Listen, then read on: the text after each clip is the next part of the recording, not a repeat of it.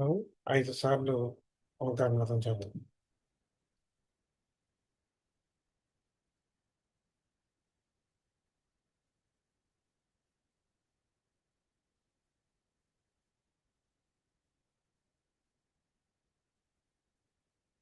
ఓహ్!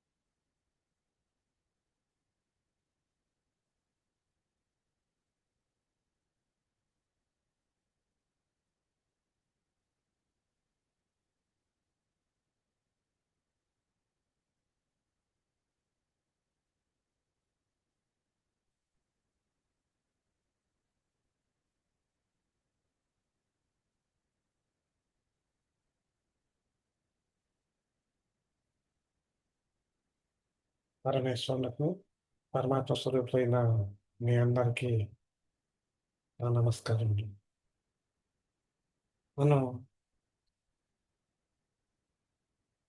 విష్ణు సహస్రనామాలు చదువుకుంటున్నాము. విష్ణు సహస్రనామాల నుంచి సాధ్యమైనంత వరకు క్లుప్తంగా మనం చదువుకుంటున్నాం. ఇప్పటికి 23 నామాలు పూర్తి చేశాం మనం. 23వ నామం కేశిహి అని, కేశవుడు అనే నామం గురించి మనం చదువుకున్నాం. కేశవః 23వ నామం. అంతవరకు మనం చదువుకున్నాం. ఇప్పుడు 24వ నామం చదువుకుందాం. 24వ నామం ఏంటంటే పురుషోత్తమః అని. పురుషోత్తమః అంటప్పుడు పురుషులలో ఉత్తముడు. పురుషులలో ఉత్తముడు. ఇదివరకు మనం పురుషః అనేటటువంటి నామాన్ని పురుషుడు అనేటువంటి నామం, పురుష అనేటువంటి నామం గురించి ఇంతకుముందు మనం చదువుకున్నాం. అది మోస్ట్‌లీ 14 నామమో, 13 నామమో అనుకుంటాను. ఆ నామం గురించి మనం చదువుకున్నాం మనం. పురుషులలో ఇప్పుడేంటి? వాళ్ళలో ఉత్తముడు. పురుషులలో ఉత్తముడు. ఆత్మ, పరమాత్మ అని మనం ఎప్పుడు అంటూ ఉంటాం కదా మనం. ఈ ఆత్మ, పరమాత్మల్లో జీవుడు మనలో ఉన్నాడు కనుక జీవాత్మ అంటున్నాం. ఈ జీవాత్మలు జనరల్‌గా 3 రకాలని చెప్తా ఉంటారు. జనరల్‌గాను. అంటే ఇంకా ఉంటాయి రకాలు. దాంట్లో 3 రకాలు ముఖ్యమైనటువంటివి. ఈ జీవుల్లో బద్ధులు, ముక్తులు, నిత్యులు అనేటువంటి నామాన్ని 3 రకాలుగా మనం చెప్పొచ్చనమాట. బద్ధులు అంటే బద్ధం అంటే కట్టుబడినటువంటి వాళ్ళు అని చెప్పుకోవాలి. అని చెప్పుకోవచ్చనమాట అర్థం. బద్ధము అంటే కంకణాబద్ధుడై ఉన్నాడు అని మనకు వర్డ్ ఉంటుంది. అంటే కంకణం కట్టుకున్నాడంటే మనం నిశ్చయమైనటువంటి మనస్సుతోటి నిశ్చయ నిర్ణయం కలిగినటువంటి వాడితో పని చేస్తున్నప్పుడు దాన్ని అంటే కంకణబద్ధుడై పనిచేస్తున్నాడు అంటే అంటాం మనం. అలాగే ఇక్కడ బద్ధుడు అంటే బందీ అయి ఉన్నటువంటి వాడు అని అర్థం అనమాట. దేనికి బంధం అంటే ఇక్కడ మనం చదువుకునేటువంటిదంతా కూడా ఆధ్యాత్మిక సంబంధమైనటువంటిది కనుక అది కర్మకి బద్ధుడు అని చెప్పి కర్మ అనేటువంటి వర్డ్ వస్తూ ఉంటుంది మనకి ఆధ్యాత్మిక చింతనలో. ఎప్పుడూ కూడా మనకిక్కడ బద్ధత అనేటువంటిది దేనికి సంబంధించిందై ఉంటుంది అంటే కర్మకు సంబంధించిందై ఉంటుంది మనకి ఈ ఆధ్యాత్మికతలో. కనుక బద్ధులు అంటే కర్మకి కట్టుబడినటువంటి వాడు అని అర్థం అనమాట. కర్మకి కట్టుబడి ఉండటం ఏంటి? కర్మకు మనం అంటే గత జన్మలో గాని, ఈ జన్మలో గాని సంచిత కర్మలు, 3 రకాలైనటువంటి కర్మలు మనం చెప్పుకున్నాం. పూర్వజన్మలో గాని, ఈ జన్మలో గాని మనం చేస్తున్నటువంటి కర్మలు గాని ఇవన్నిటిలో కూడా వాటికి కట్టుబడి ఉండేటువంటి వాడు ఎవడైతే ఉంటాడో వాడిని బద్ధులు అని అంటారనమాట. జనరల్‌గా మానవుడు ఏం చేస్తాడు తన ఒక జన్మలో తన తన జన్మ పూర్తయిపోగానే మళ్ళీ ఇంకొక జన్మంటూ ఎత్తుతూ ఉంటాడనమాట. ఎందుకు ఎత్తాల్సొస్తుంది అంటే, అంతకుముందు జన్మలో చేసినటువంటి పాపం గాని, ఏదైనా కర్మలు మిగిలిపోయుంటే, అవి పూర్తి చేయటానికి గానీ, వాటి కర్మఫలాన్ని తొలగించుకుంటాం. చెడు కర్మలైతే వాటి కర్మఫలాన్ని తొలగించుకుంటాం గానీ, మళ్ళీ అతను జన్మంటూ ఎత్తాల్సొస్తూ ఉంటుందనమాట. అలాగే మళ్ళీ జన్మెత్తినప్పుడు ఏం చేస్తుంటాడు? మళ్ళీ ఏదో కర్మ చేయాల్సిందే గదా! అందుకనే మనకి శ్రీకృష్ణ పరమాత్మ గీతలో చెప్తాడనమాట. "నువ్వు కర్మను ఎప్పుడు చేస్తూనే ఉండాలి. కర్మను మానకూడదు" అని చెప్తూ గీతలో శ్రీకృష్ణ పరమాత్మ చెప్పాడు. ఏవండీ మనం కర్మ చేశాము అంటే అది చెడు కర్మ, మంచి కర్మ మనకు తెలీదు. ఎప్పుడు చెడు కర్మలు చేస్తుంటే అవి మళ్ళీ అక్యుములేట్ అయిపోతూ ఉంటాయి కదా! అని అనొచ్చు.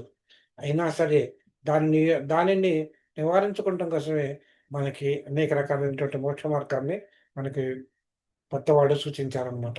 వాటి ద్వారా ఆ కర్మ ఫలాన్ని తొలగించుకొని మనం జీవన్ముక్తులవ్వడానికి ప్రయత్నం చేయాలే తప్ప, కర్మలంటూ మానకూడదు అని చెప్పి శ్రీకృష్ణ పరమాత్ముడు చెప్తూ ఉంటాడనమాట.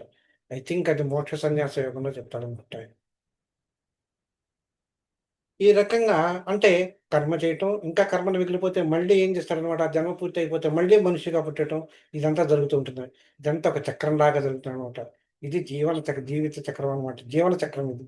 ఈ ఈ రకంగా ఉండటంలో ఏమవుతుంది అంటే, అతను మళ్ళీ పుట్టటం, మళ్ళీ చావటం ఈ సందర్భంలో ఏం జరుగుతుందనంటే, ఒక భూమి మీదకి ఎప్పుడైతే వస్తాడో, అతను సంసారము అనేటువంటి బండి చక్రంలో అతను ఇరుక్కుపోతూ ఉంటాడనమాట. ఇక్కడ సంసారము అంటే ఐహిక సంబంధమైనటువంటి విషయాలు అని అర్థం. అంటే ప్రాపంచిక సంబంధమైనటువంటి విషయాలకి ఆసక్తుడై, వాటికి ఆకర్షితుడవుతూ రావటాన్నే మనం ఇక్కడ సంసారం అని అనొచ్చనమాట.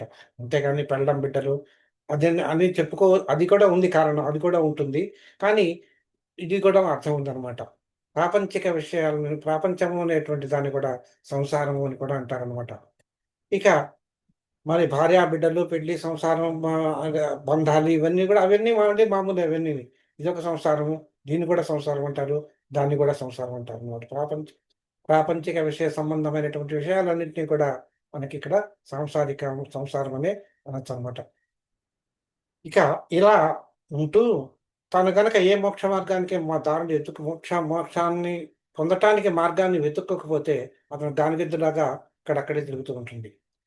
పూర్వకాలంలో ఇప్పుడంటే మిషన్‌లొచ్చేసాయి గనక మనకి గానుగిద్దంటే మనకు తెలీదు.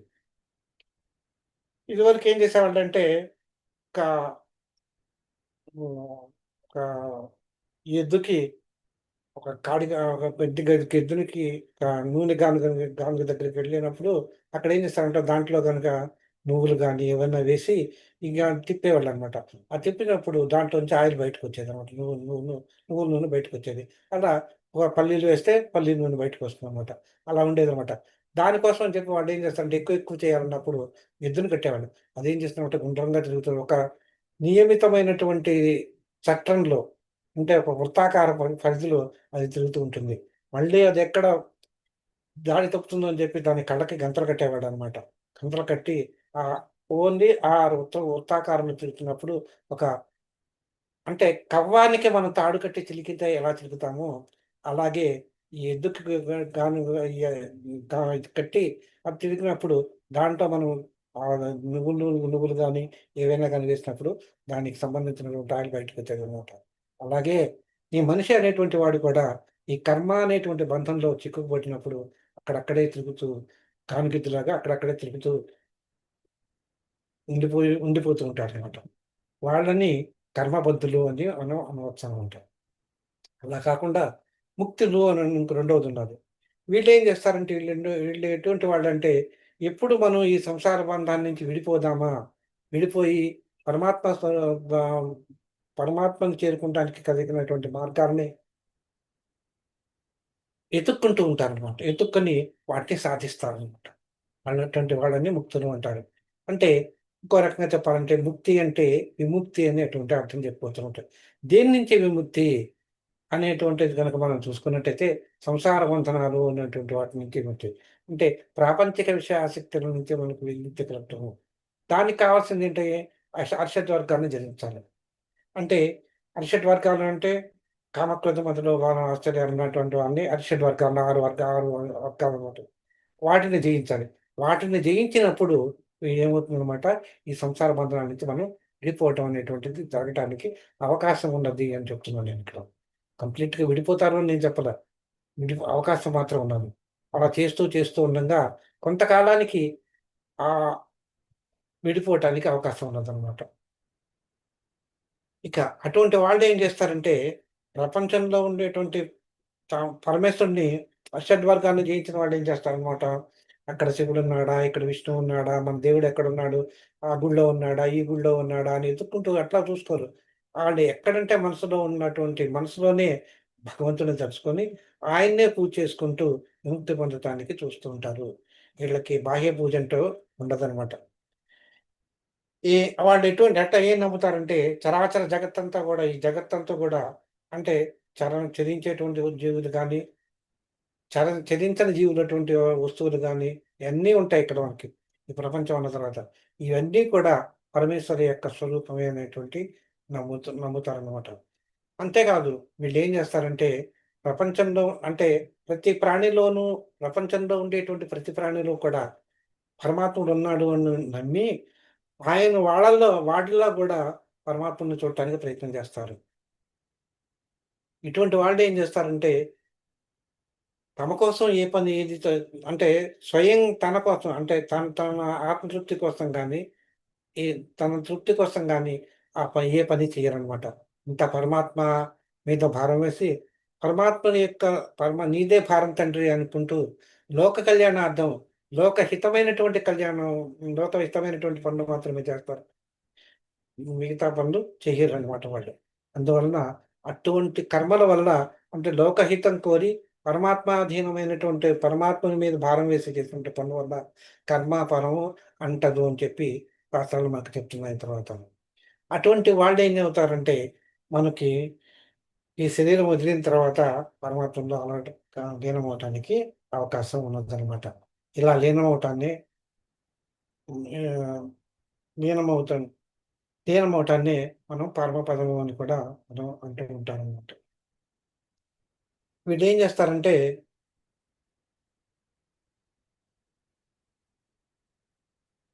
వీళ్ళకి ఉన్నదేంటంటే పరబ్రహ్మ స్వరూపం అనేటువంటిది ఎక్కడో ఉన్నదది. కనుక జీవుడెళ్ళి దాంట్లో కలుస్తాడు. ఆ బ్రహ్మలో కలుస్తాడు అని మాత్రం కాకుండా, అలాంటి భావన లేకుండా వీళ్ళేం చేస్తుంటారనమాట, ఉన్నదంతా ఒకటే, పరమాత్ముడు మనలోనూ ఉన్నాడు. ముక్తి పొందిన తర్వాత మానవుడు కూడా తన పరబ్రహ్మ స్వరూపాన్ని పొందటానికి అవకాశం ఉన్నది అని చెప్పి చెప్తారనమాట. అందుకని ఏం చేస్తారన్నమాట వీళ్ళ యొక్క తత్వం ఏంటి అంటే, మానవుడు తగిన మార్గాన్ని షడ్వర్గాన్ని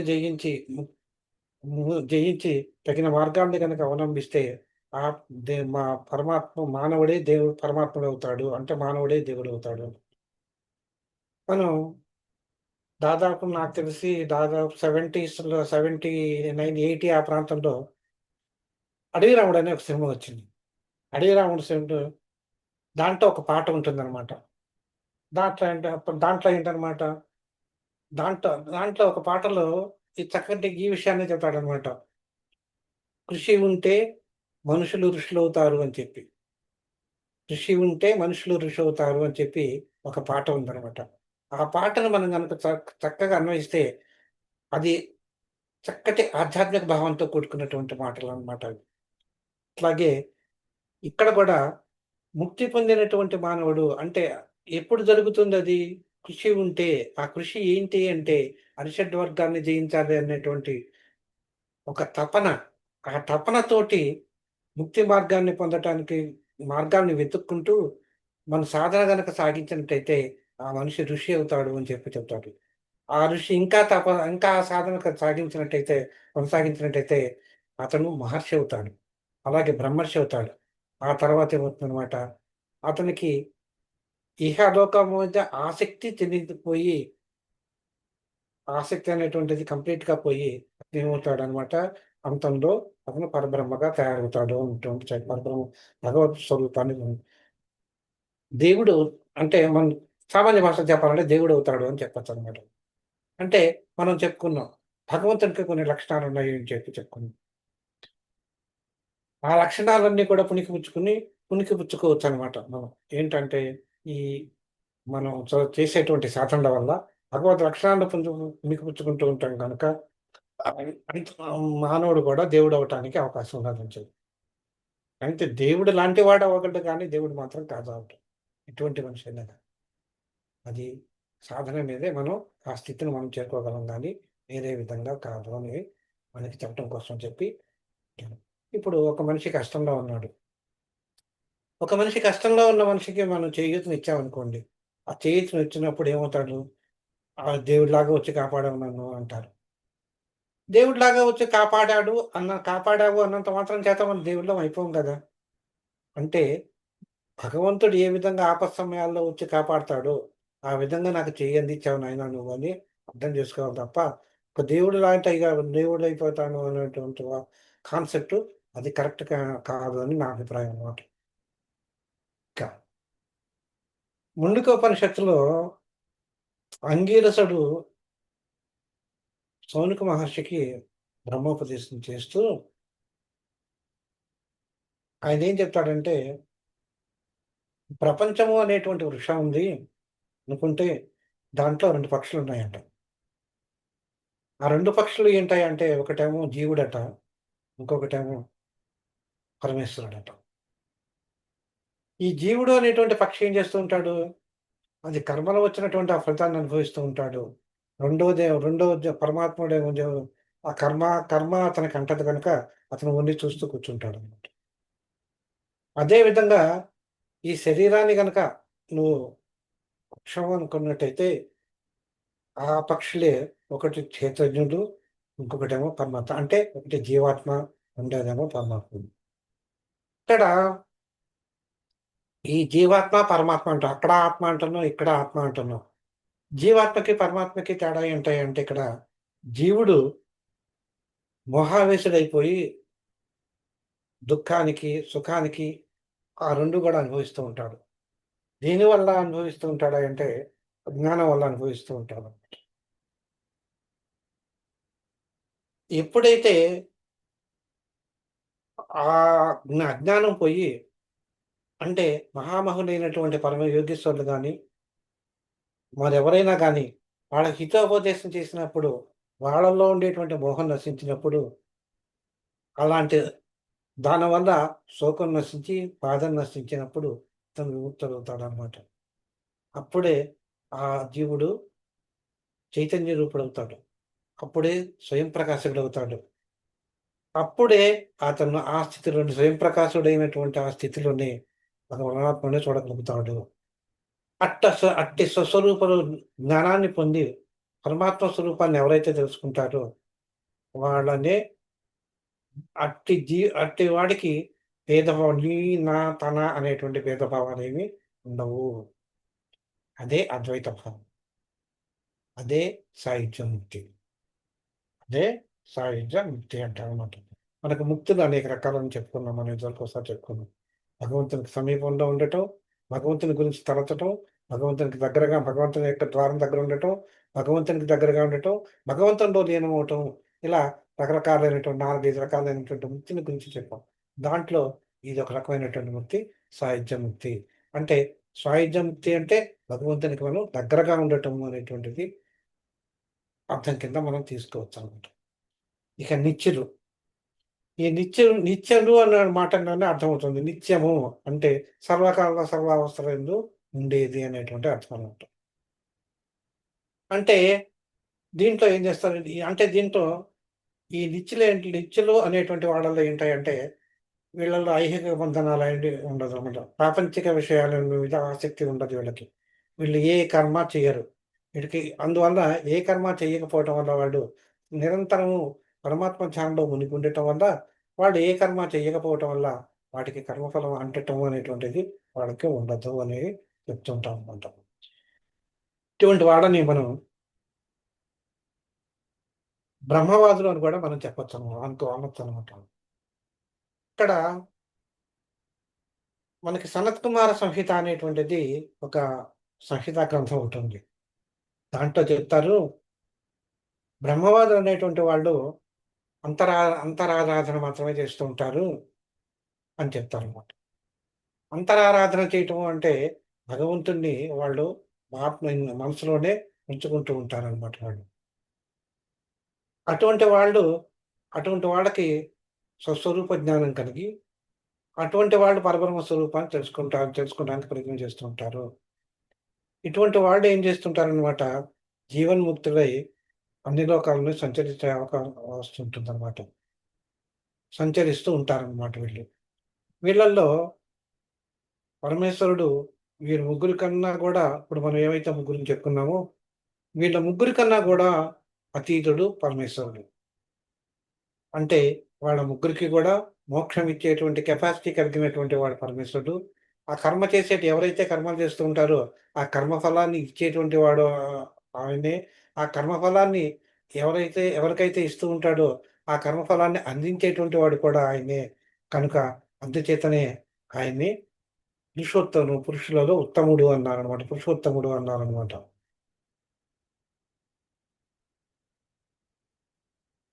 తర్వాత మనం ఇంకోటేంటంటే పురుషాణం ఉత్తమః పురుషోత్తమః అన్నారనమాట. అంటే చేతనాచేతనైనటువంటి పురుషులలో అంటే చేతనాచేతనైనటువంటి సత్వాలన్నిటిలోనూ కూడా ఉత్తమమైనటువంటి వాడు ఈ పురుషోత్తముడు అనేటువంటిది శ్రీకృష్ణ పరమాత్మ గీతలో చెప్పాడనమాట. గీతలో ఇంకొక మాట కూడా చెప్పాడనమాట. పురుషోత్తమ ప్రాప్తి యోగంలో 1, 2, 3, 4 శ్లోకాల్లో మనకి శ్రీకృష్ణ పరమాత్ముడు ఏం చెప్తాడంటే, నాయనా అర్జున, ఈ సంసారం అనేటువంటిది ఒక అశ్వత్థ వృక్షం లాంటిది.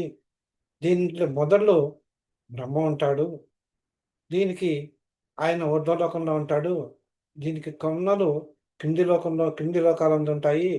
ఇది జీవనది వలె అంటే జీవనదిలో యొక్క నీటి వలె ఎప్పుడూ కూడా నిత్య సత్యంగానే ఉంటుంది. దీనికున్నటువంటి దీని నుంచి వచ్చేటువంటి దీని ఆకులే కామ్య కర్మలు. దీన్ని ఛేదించే ఉపాయం మనం వేదాల్లో చెప్పబడింది అని చెప్పి శ్రీకృష్ణ పరమాత్ముడు చెప్తాడు.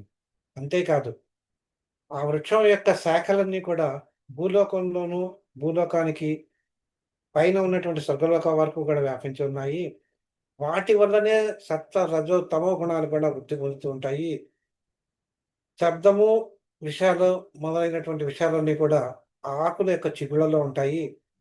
దాని యొక్క వేళ్ళు భూలోకంలో కర్మకు సంబంధించి ఉంటాయి అని చెప్పి చెప్తాడనమాట.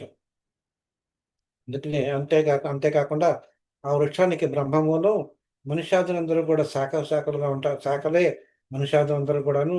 ఆ చిగుళ్ళన్నీ కూడా విషయాదులు అని మనకి శ్రీకృష్ణ పరమాత్ముడు గీతలో చెప్తాడు. ఈ విధంగా శ్రీకృష్ణ పరమాత్ముడు ఇలాంటి విషయాలన్నీ కూడా మనకి చెప్పగలిగినటువంటి వాడు. మనకి చెప్పి మన చేత ఆచరింపజేయగలిగినటువంటి వాడు ఆయనే గనక ఆయన్ని పురుషోత్తముడు అంటారు. మనకి ఏవండీ బావుందండి. ఆయనే ఆ పురుషోత్తముడు ఎవరయ్యా అంటే శ్రీమన్నారాయణుడు అని చెప్పి ఈ విష్ణు పురాణం మనకు చెప్తుందనమాట. ఇక్కడ మనం ఒక విషయం గనక చూసుకుంటే ఏవండీ అనేక రకాలైనటువంటి క్షేత్రం అని చెప్తున్నారు మీరిక్కడ బావుంది. మన దేహమే క్షేత్రం అని చెప్తున్నారు కదా! మరి భూలోకంలో మరి అలాంటి మంచి క్షేత్రం ఏదైనా ఉన్నాదా అంటే, ఈ నామానికి సంబంధించి అంటే పురుషోత్తమ అనేటువంటి నామానికి సంబంధించి ఏదైనా ఒక దేవాలయం ఉన్నాదా?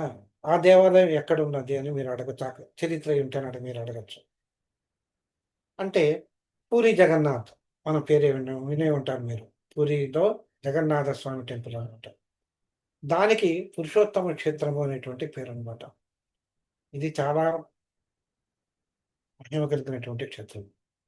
దీని యొక్క వివరం అంతా కూడా మనకి బ్రహ్మ పురాణంలో మనకి చెప్పబడి ఉంటుందనమాట. దీనికి. అంటే ఈ పూరీ క్షేత్రానికి సంబంధించినటువంటి చరిత్ర అంతా కూడా మనకి బ్రహ్మ పురాణంలో చెప్పబడి ఉంటుందనమాట. దీంట్లో ఏంటంటే అది ఆ చరిత్ర అంటే క్లుప్తంగా నేను చెప్తాను. పూర్వకాలంలో ఇంద్రద్యుమ్నుడు అనేటువంటి రాజు ఉండేవాడనమాట. ఆయన ఏం చేశాడంటే అవంతి పట్టణాన్ని రాజధానిగా చేసుకొని మాళవ దేశాన్ని పరిపాలిస్తూ ఉండేవాడనమాట ఆయన. ఆయన గొప్ప విష్ణు భక్తుడు.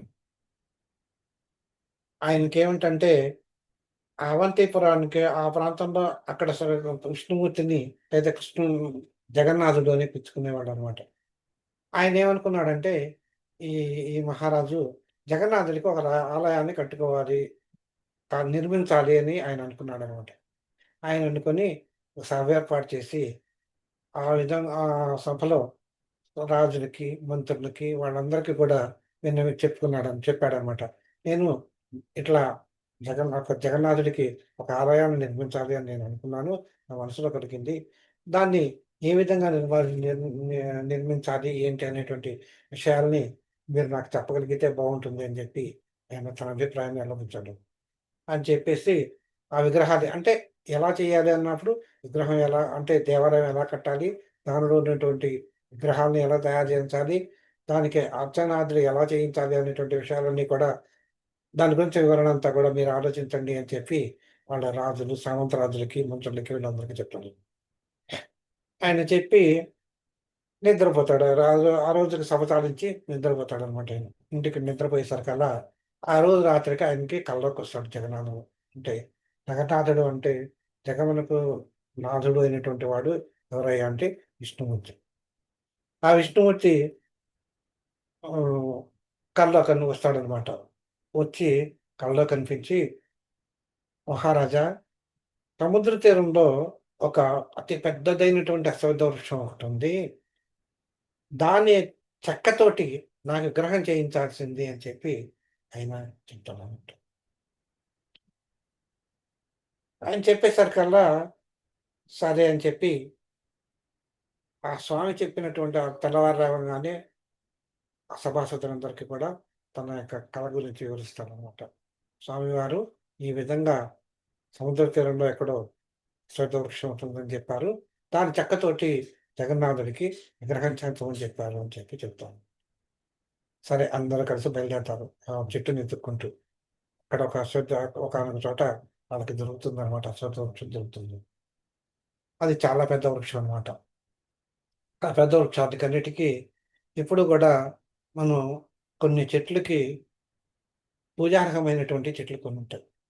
వేప, ముఖ్యంగా వేప, తర్వాత అశ్వత్థ వృక్షము, రావి చెట్టు, తర్వాత హ్మ్, రావి, వేప, మ మర్రి ఇలాంటి చెట్లన్నీ కూడా కొన్ని పూజార్హమైనటువంటి చెట్లు కొన్నుంటాయన్నమాట. వాటిల్లో దేవతలు కొలువై ఉంటారు అని చెప్పి చెప్తూ ఉంటారనమాట. అంటే మన సంస్కృతి ఎంత గొప్పదంటే చెట్లు, చేమల్లో కూడా మనుషుల్లోనూ కాకుండా జంతువుల్లో కూడా మనం భగవంతుడిని చూడగలిగినటువంటి ఎలా చూడాలి అనేటువంటిది చెప్తుంది మన సంస్కృతి. అలాగే రాళ్ళు, రప్పల్లో కూడా దేవుడున్నాడు అని చెప్పి మన సంస్కృతి చెప్తుంది. అలాగే చెట్లు, చేమల్లో కూడా భగవంతుడున్నాడు అని చెప్పి మనకు చెప్తూ ఉంటాయి. అంటే ఒక రకంగా చెప్పాలి అంటే మనకు కనిపించేటువంటి చరాచరమైనటువంటి ప్రతి జీవిలోనూ అంటే చెట్లకు కూడా ప్రాణం ఉంటుంది అని చెప్పి మనకి జగదీష్ చంద్రబోస్ మనకి సైంటిఫిక్‌గా ఆయన నిరూపించాడనమాట. ఆయన మనకి చెప్పాడు గదా! కనుక ఈ అశ్వత్థ వృక్షాన్ని ఎప్పుడైతే వీళ్ళు చూసారో దానికి వాళ్ళు పూజ చేశారనమాట. వాళ్ళు పూజ చేసి శాస్త్రోక్తంగా పూజ చేసి ఆ చెట్టుని నరికి దాంట్లో నరికారు. ఈ నరుకుతూ ఉండంగా మహావిష్ణువు శ్రీమన్నారాయణమూర్తి విశ్వకర్మ భగవానుడితో కలిసి అక్కడికొచ్చారనమాట. అప్పుడు ఆ విశ్వకర్మ భగవానుడు ఆజ్ఞ మేరకు ఏం చే విశ్వ ఆదరణ ఎప్పుడైతే శ్రీమన్నారాయణుడు చెప్పాడో, ఆ విశ్వకర్మ భగవానుడు ఏం చేశాడనమాట, 3 విగ్రహాలను తయారు చేశారు. ఆ చెట్టుని ముక్కలు ముక్కలుగా చేసి 3 విగ్రహాలు తయారు చేశాడు. ఒకటి బలరాముడు, శ్రీకృష్ణుడు, సుభద్ర విగ్రహాలను తయారు చేశాడు. శ్రీకృష్ణుడు సాక్షాత్ శ్రీమన్నారాయణుడు. ఆయన అన్నగారు బలరాముడు. ఆయన యొక్క చెల్లెలు సుభద్ర. ఇలాంటి విగ్రహాన్ని ఆయన తయారు చేసి ఆహ్, భగవా భగవంతుడు చెప్పినటువంటి ముహూర్తానికే ఆ మహారాజు ఆ దేవతా విగ్రహాన్ని ఆగమ శాస్త్ర ప్రకారంగా ప్రతిష్ఠ చేశారనమాట. ఆ క్షేత్రాలన్నింటిలో కూడా ఈ పురుషోత్తమ క్షేత్రమైనటువంటి దీన్నే పురుషోత్తమ క్షేత్రము అని కూడా అంటారనమాట. ఇది చాలా మహిమాన్వితమైనటువంటి క్షేత్రం అనమాట. ఇక్కడ ఏంటంటే శుద్ధ ద్వాదశి నాడు ఏ మంతులైనా సరే శుద్ధ ద్వాదశి నాడు అక్కడ ఆ క్షేత్రాన్ని గనుక మనం దర్శించినట్టయితే ఒంటి కాలు మీద 72,000 సంవత్సరాలు తపస్సు చేస్తే ఎంత ఫలితం లభిస్తుందో మనకి అంత పుణ్యం లభిస్తుంది అని చెప్పి చెప్తారనమాట. అలాగే జ్యేష్ఠ మాసంలో పంచమి తీర్థయాత్ర చేసి జగన్నాథుడి గనుక దర్శిస్తే మనకి విష్ణులోక ప్రాప్తి కలుగుతుంది అని చెప్పి చెప్తారనమాట. ఈ ఇంద్రజమును అనే పేరుతోటే అక్కడ వెలిసినటువంటి తీర్థమే పంచమీ తీర్థం. ఈ పంచమీ తీర్థంలో స్నానం చేసినటువంటి వాళ్ళకి ఉత్తమ పుణ్యలోకాలుగా లభిస్తాయి అని చెప్పి చెప్తారు. అంతేకాకుండా అక్కడ ఆ నది పంచమీ తీర్థంలో ఎ పిండ ప్రదానం గనక చేసినట్టయితే పితృదేవతలు సంతోషిస్తారు, వాళ్ళు తరిస్తారు అని చెప్పి చెప్తుందనమాట. అలా చేసినటువంటి పిండ ప్రదానం వాళ్ళకి 21 తరాల వాళ్ళని పునీతం చేస్తుంది అని చెప్పి చెప్తారనమాట. ఇది క్లుప్తంగా ఈ పురుషుకు ఈ పురుషోత్తమ క్షేత్రమైనటువంటి పూరీ క్షేత్రం యొక్క కథ అనమాట. ఈనాటికి కూడా ఈ దేవతా విగ్రహాల్ని చెక్కతోటే తయారు చేసి ఉన్నటువంటి చెక్కను తీసేసి ఒక శుభదినాన రథయాత్ర కూడా జరుగుతుందనుకుంటా ఇప్పుడు బహుశా నేను అనుకుంటాం. అప్పుడు వాళ్ళేం చేస్తారనమాట, ఆ విగ్రహాన్ని తీసి కొత్త విగ్రహాన్ని కూడా పెడుతూ ఉంటారనమాట. ఈ విధంగా ఆగమ శాస్త్ర ప్రకారంగా అవన్నీ కూడా తయారు చేస్తూ ఉంటారనమాట. అంతేకాకుండా బ్రహ్మాండ పురాణంలో ఏం చెప్తారంటే, ఈ క్షేత్రాన్ని గనక కొంతమంది ఏ కారణం చేతైనా గాని దర్శించలేకపోవచ్చు. అలాంటి దర్శించలేకపోయిన వారు వాటి యొక్క క్షేత్రాన్ని మహత్యాన్ని గనక మనం చదువుకున్నట్టయితే మనం తరిస్తారు అని చెప్పి మనకి శాస్త్రం చెప్తుందనమాట. ఇక్కడ దాన్ని శ్లోక రూపంలో ఆ క్షేత్ర మహిమ అనేటువంటిది, పురుషోత్తమ క్షేత్ర మహత్యం అనేటువంటిది ఇచ్చారు. దాని యొక్క వివరణ మాత్రం నేను చెప్తాను ఇప్పుడు. ఆ శ్లోకాలకు అర్థం మాత్రం చెప్తాను. అక్కడ దాని అర్థం ఏంటంటే శ్రీకృష్ణ పరమాత్ముడు అంటే జగన్నాథుడు శ్రీకృష్ణుడు రూపం అనమాట. జగన్నాథుడు అంటే అక్కడ కలిసి ఉన్నటువంటి దేవుడు శ్రీకృష్ణుడు పరమాత్ముడు. ఆయనే విష్ణుమూర్తి అని చెప్తాం. ఈయన ఆ పురుషోత్తమ క్షేత్రంలో ఎంత గొప్పది అని చెప్పేటప్పుడు దేవతల్లో ఉత్తముడు విష్ణుమూర్తి, నక్షత్రాల్లో చంద్రుడు, వసువుల్లో పావకుడు, రుద్రుడిలో శంకరుడు, వర్ణాల్లో బ్రాహ్మణుడు, పక్షుల్లో గరుత్మంతుడు, శిఖరాల్లో అంటే కొండ శిఖరాల్లో మేరువు, పర్వతాల్లో హిమాలయం, నదుల్లో గంగ, ఏనుగుల్లో ఐరావతం, మహర్షుల్లో భృగువు, సేనాపతుల్లో కుమారస్వామి, సిద్ధుల్లో కపిలుడు, అశ్వాల్లో ఉచ్చశ్రైవం, మునుల్లో వ్యాసుడు, యక్షులలో కుబేరుడు, ఇంద్రియాల్లో మనస్సు, భూతాల్లో భూమి, వృక్షాల్లో అశ్వత్థము, ఆభరణాల్లో చూడమని, గంధర్వుల్లో చిత్రరథుడు, వర్ణాలలో అకారము, ఛందస్సుల్లో గాయత్రి, అంగములలో శిరస్సు, పతివ్రతల్లో అరుంధతి, విద్యలో మోక్ష విద్య, ధేనువుల్లో కామధేనువు, లోహాల్లో బంగారము, సర్పాల్లో వాసుకి, దైత్యుల్లో ప్రహ్లాదుడు, మృగాల్లో సింహం, దేవ ఋషుల్లో నారదుడు శ్రేష్టమైనట్లే అన్ని తీర్థాల్లోకి పురుషోత్తమ తీర్థం శ్రేష్టమైనది అని చెప్తాను. ఇప్పుడు దేవతల్లో విష్ణుమూర్తి గొప్పవాడు, శ్రేష్ఠుడు అని చెప్పి మనకు చెప్తున్నాం. నక్షత్రాలు, ఆకాశంలో నక్షత్రాలు ఎన్ని ఉన్నా మనకు దేదీప్యమానంగా కనిపించేటువంటిది నక్షత్రంగా అంటే స్వయం ప్రకాశంగా ఉంటూనే మనకి ప్రకాశమానంగా కనిపించేటువంటిది మనకి చంద్రుడు అనమాట. వసుదేవతల్లో పావకుడు అనేటువంటి ఆయన, రుద్రుడిలో శంకరుడు. రుద్రుడిలో అంటే శివుని యొక్క రూపాలే వీళ్ళందరూ కూడా. వీళ్ళు ఏకాదశ రుద్రులు అంటే 11 మంది రుద్రులు ఉన్నారు అని చెప్పి చెప్తారనమాట. వాళ్ళల్లో శంకరుడు శ్రేష్ఠుడు అనమాట. అంటే వర్ణాల్లో బ్రాహ్మణ, క్షత్రియ, వైశ్య శూద్రులలో వీళ్ళందరిలో కూడా బ్రాహ్మణుడు ఉత్తముడుగాను, ఎందుచేత ఉత్తముడు అంటే వేద వేదాంగాలు చదివి ధర్మబోధ చేస్తున్నాడు కనుక అతను బ్రాహ్మణుడి ఉత్తముడుగా భావించడం జరిగిందనమాట. పక్షులలో గరుత్మంతుడు. గరుత్మంతుడు అతి పెద్ద పక్షి రూపుడు. ఆయన విష్ణుమూర్తి యొక్క వాహనం. శిఖరాల్లో మేరు. మేరు పర్వతము అన్ని పర్వతాల్లో కల్లా ఎత్తైన పర్వతం అనేటువంటిది చెప్తారనమాట. శిఖరాలు. దాని యొక్క శిఖరం ఎత్తైంది అని చెప్తారనమాట. పర్వతాల్లో హిమాలయాలు అన్నిటికన్నా కూడా శ్రేష్టమైనటువంటివి అని చెప్తారు. ఎందుకు శ్రేష్టమైనటువంటివి అంటే అక్కడ మనకి అనేక మంది అయినటువంటి సిద్ధులు, యోగులు అయినటువంటి వాళ్ళు తపస్సు చేసుకుంటూ పరమాత్మ స్వరూపాన్ని దర్శించాలి అని చెప్పి తపస్సు చేసుకుంటూ మన భూమిని పునీతం చేసేటువంటి ప్రదేశం కనుక ప్రదేశాల్లో అది ఒక ప్రదేశం అనమాట. హిమాలయ పర్వత శ్రేణి. నదుల్లో గంగా. గంగాలో నదీముఖంలో అనేక మంది ఉండొచ్చు.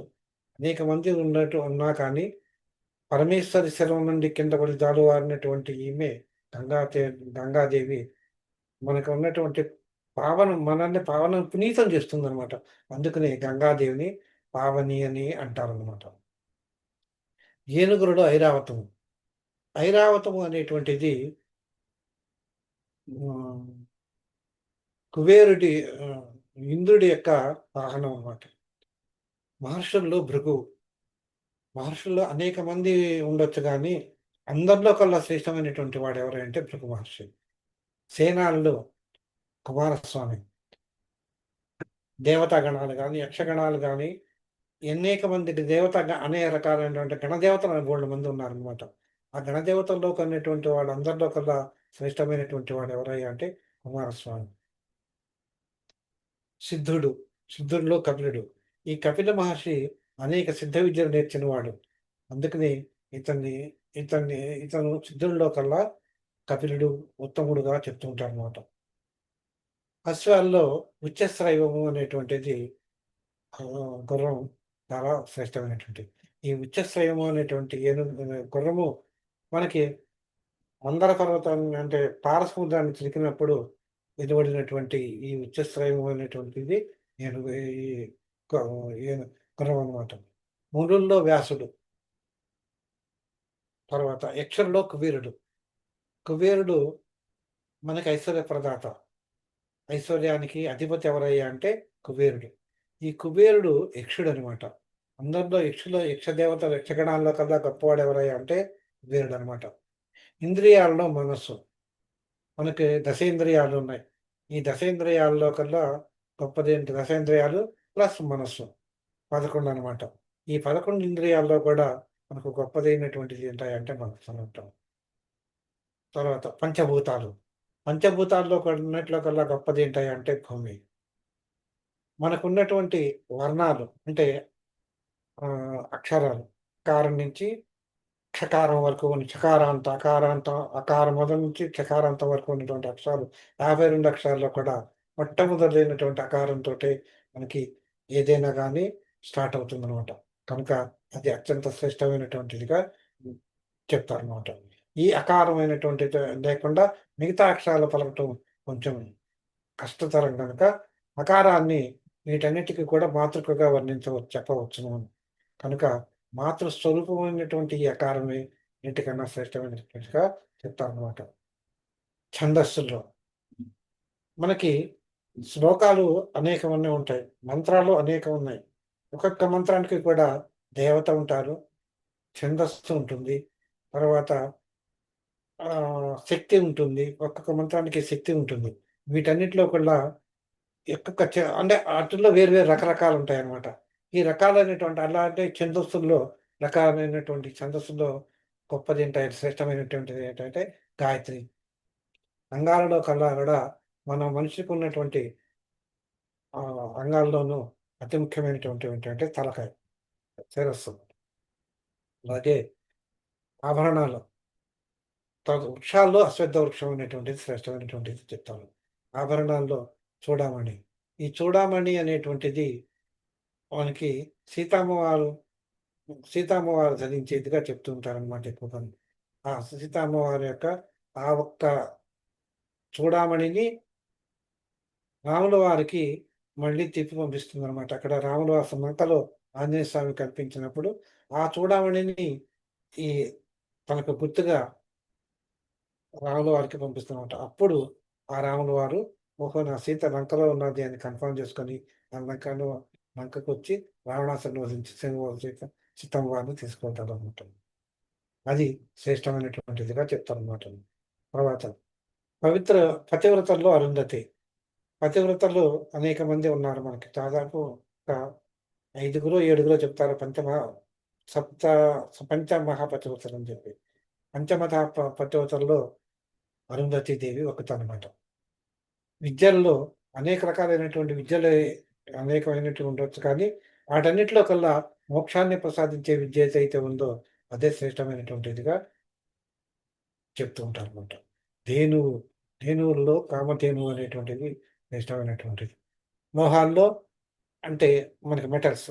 ఈ మెటల్స్‌లో అన్నిటికన్నా శ్రేష్టమైనటువంటిది ఏంటయ్యా అంటే బంగారం. సర్పాల్లో అనేక రకాలైనటువంటి సర్పజాతులున్నాయి. ఆ సర్పజాతులన్నింటిలో కూడా వాసుకి అనేటువంటి సర్పం గొప్పదనమాట. దైత్యుల్లో అంటే రాక్షసుల్లో గొప్పవాడు ఎవరయ్యా అంటే ప్రహ్లాదుడు. మృగాల్లో సింహం. మృగాలన్నిటిలో కల్లా ఇదేనే ఉండొచ్చు గానీ, అందుకనే సింహాన్ని మృగరాజు అంటారనమాట. దేవఋషుల్లో నారదుడు. ఇ ఇలా ఒక్కొక్క దాంట్లోనూ ఒక్కొక్కటి శ్రేష్టమైనటువంటిదిగా చెప్తుంటారనమాట. అలాంటి శ్రేష్టమైనటువంటి వాటిల్లో కన్నా ఎట్లాగైతే ఉన్నాయో, తీర్థాలన్నిటిలో కల్లా గొప్ప తీర్థం ఏంటయ్యా అంటే పురుషోత్తమ తీర్థం అని చెప్పి మనకి చెప్తారనమాట. ఆ పురుషోత్తమ తీర్థం ఎక్కడ ఉందయ్యా అంటే మనకి పూరిలో ఉన్నదని చెప్తారు. జగన్నాథ తీర్థమే, జగన్నాథ దేవాలయమే మనకి పురుషోత్తమ తీర్థం. అదే గొప్ప తీర్థము. కనుక తప్పనిసరిగా మనం పూరీ క్షేత్రాన్ని మనం దర్శించాలి అని చెప్పి దీని అర్థం అనమాట. ఇది పవిత్రమైనటువంటిది, ఉత్తమమైనటువంటిదిగా మనకి చెప్పబడింది అనమాట. ఇది ఇప్పటివరకు మనం చెప్పుకుంది ఏంటంటే 24వ నామానికి అర్థం చెప్పుకున్నాం మనం. ఏంటది? పురుషోత్తమ అనేటువంటి నామానికి అర్థం చెప్పుకున్నాం. ఇక తర్వాత ఏంటయ్యా అంటే సర్వహ.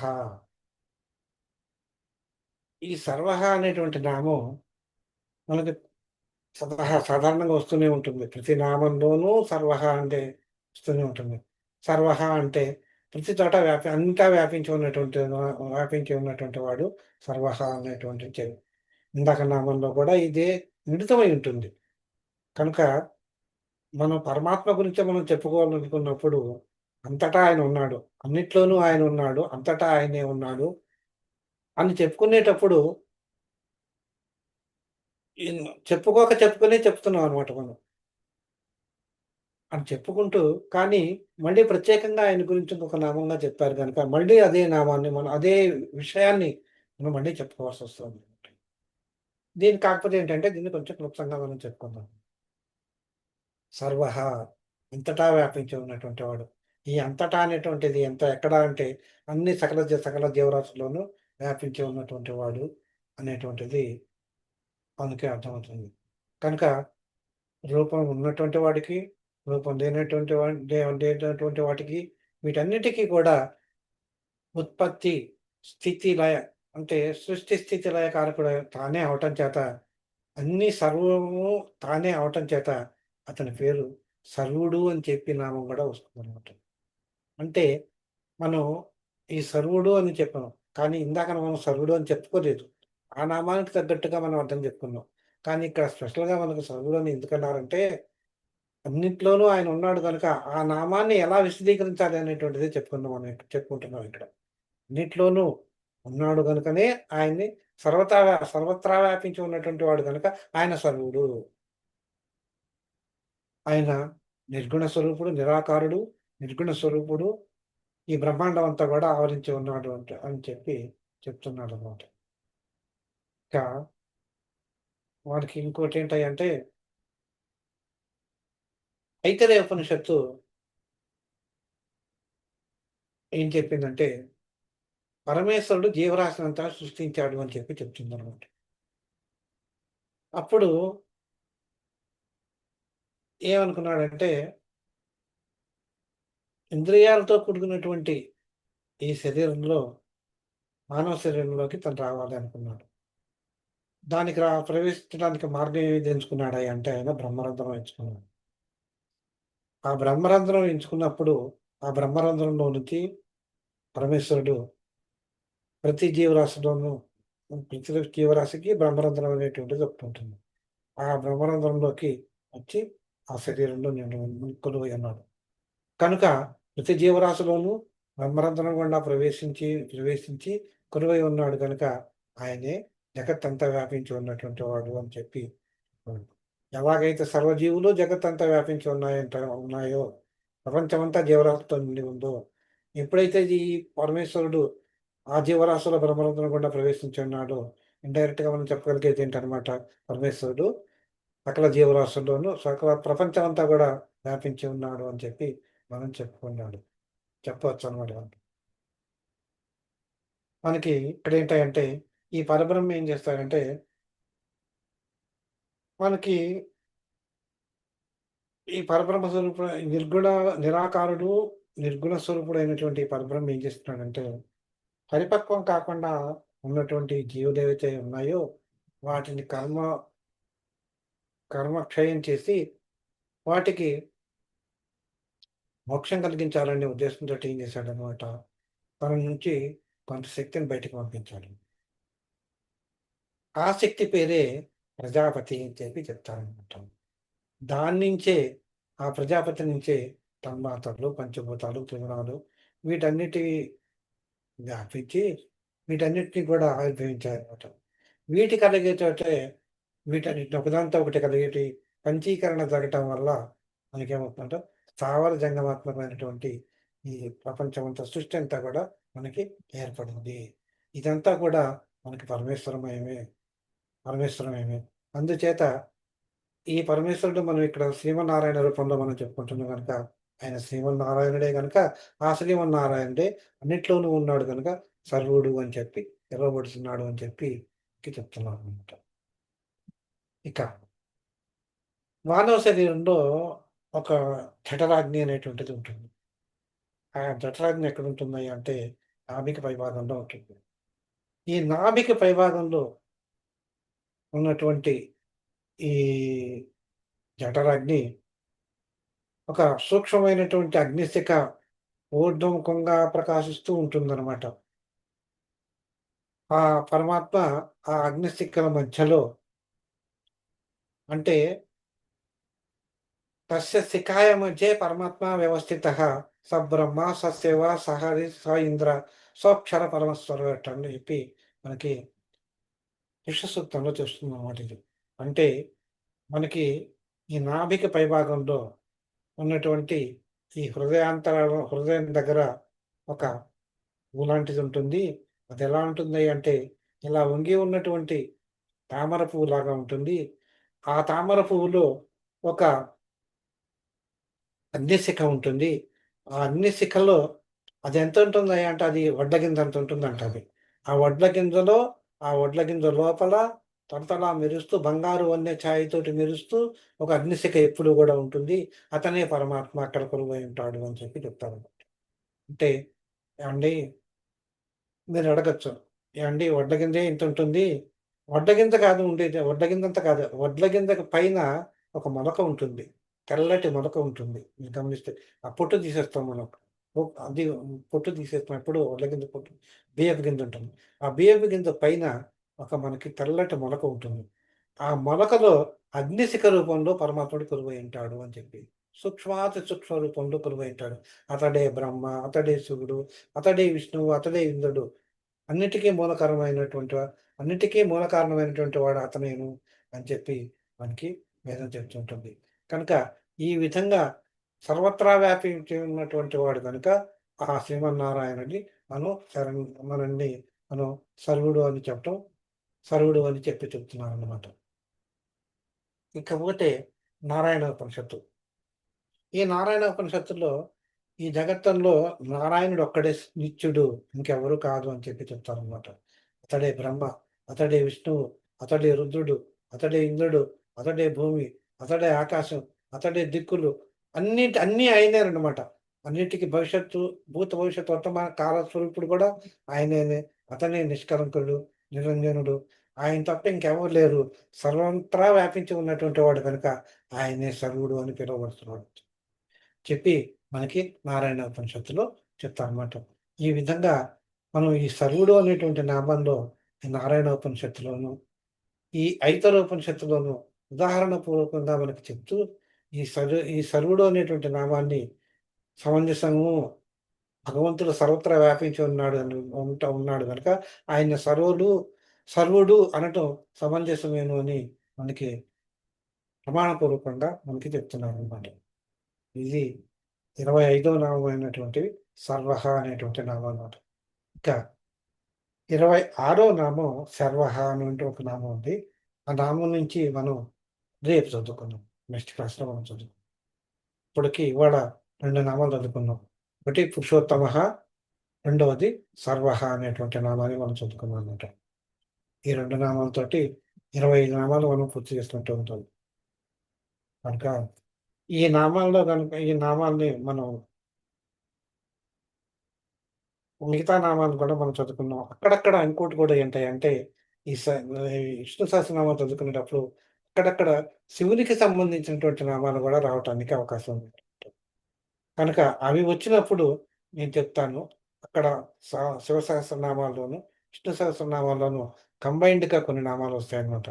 ఆ నామాలు వచ్చినప్పుడు వాటి అర్థం ఇటు నారాయణ పూర్వకంగాను, అటు శివ పూర్వకంగాను రెండిటిగాను వివరించి చెప్పే ప్రయత్నం గనుక నేను చేస్తాను. కనుక మీరేమన్నా అడగాలంటే అడగవచ్చును. ఓకే. నేను స్వస్తి చెప్తున్నాను. స్వస్తి చెప్పనమ్మా? సరే అండి. సర్వే జనా సుఖినో భవంతు, సమస్తాన్ లోకాన్ సుఖినో భవంతు. శాంతి శాంతి శాంతి. సర్వం శ్రీరామార్పణమస్తు. స్వస్తి.